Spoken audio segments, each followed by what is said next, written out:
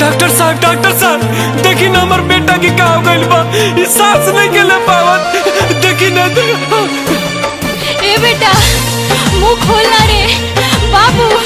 ए doctor साहब बचा ली हमरा बेटा के, बचा ली हमरा लाल के। देखिए आप लोग घबराइए मत, मैं देखता हूँ।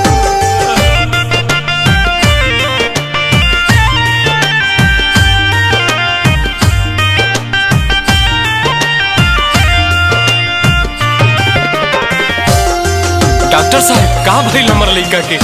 आपका बेटा कोरोना पॉजिटिव है, आप लोग बैठिए, उसका इलाज चल रहा है। हे भगवान ये का हो गई?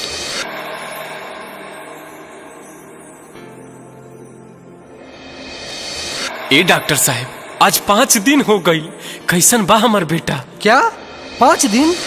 क्या नाम था आपके मरीज का?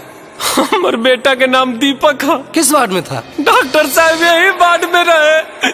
इस वार्ड के तो सारे मरीज 3 दिन पहले मर चुके हैं। ना ऐसा मत कही डॉक्टर साहब, हमर बाबू के कुछ नहीं कह सकत। डॉक्टर होले भगवान के रूप, लौके न सुगनमा भइल चू। बेटा रे कहाँ चल गई तू? डॉक्टर होले भगवान के रूप, लौके न सुगनमा भइल चू।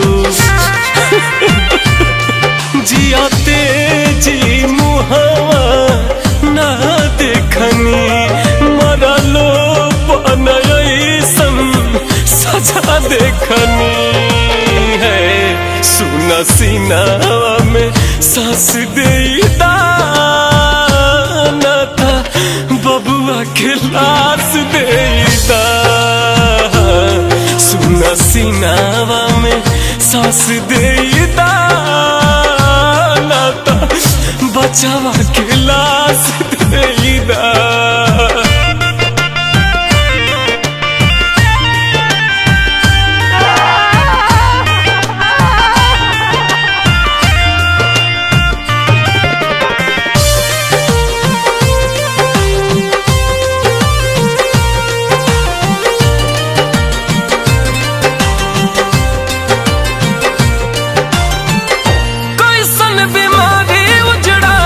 गाँव शहर बसती देह जार जाता नहीं, मिला तयस थी।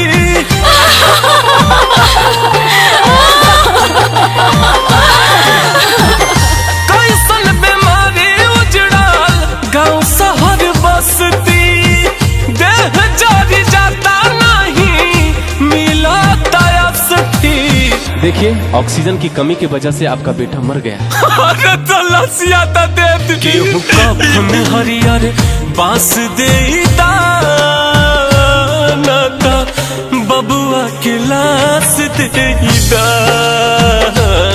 सुना सीनावा में सांस देता नाता, बबुआ के लाश देता। भगवान ये धरती पे कैसन तांडव होता, हमार बेटा के कफन तक नसीब ना भइल, हम अपन बाबू के चेहरा तक ना देख पाइनी।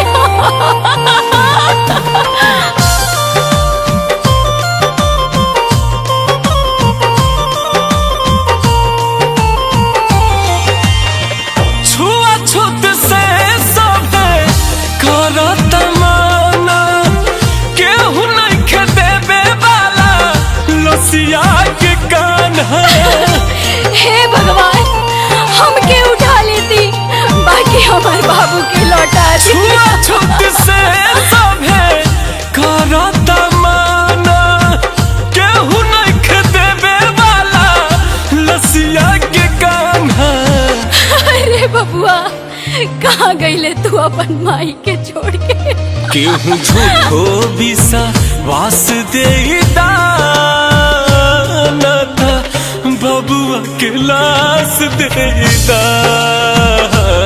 सुना सीनावा में सांस देता नाता, बचावा के लाश देता।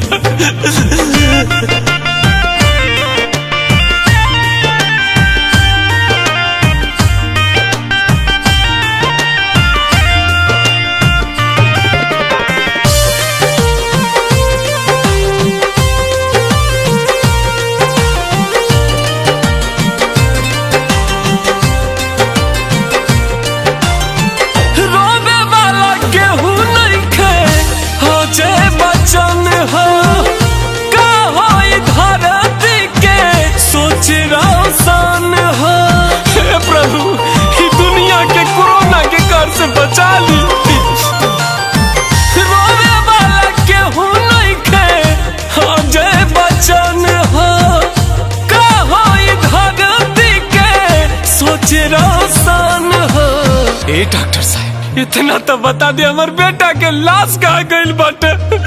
आके राम जी तू आस दे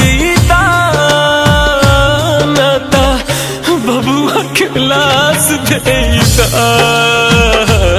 सुन सीनावा में सास दे हमारा बचावा के लाश दे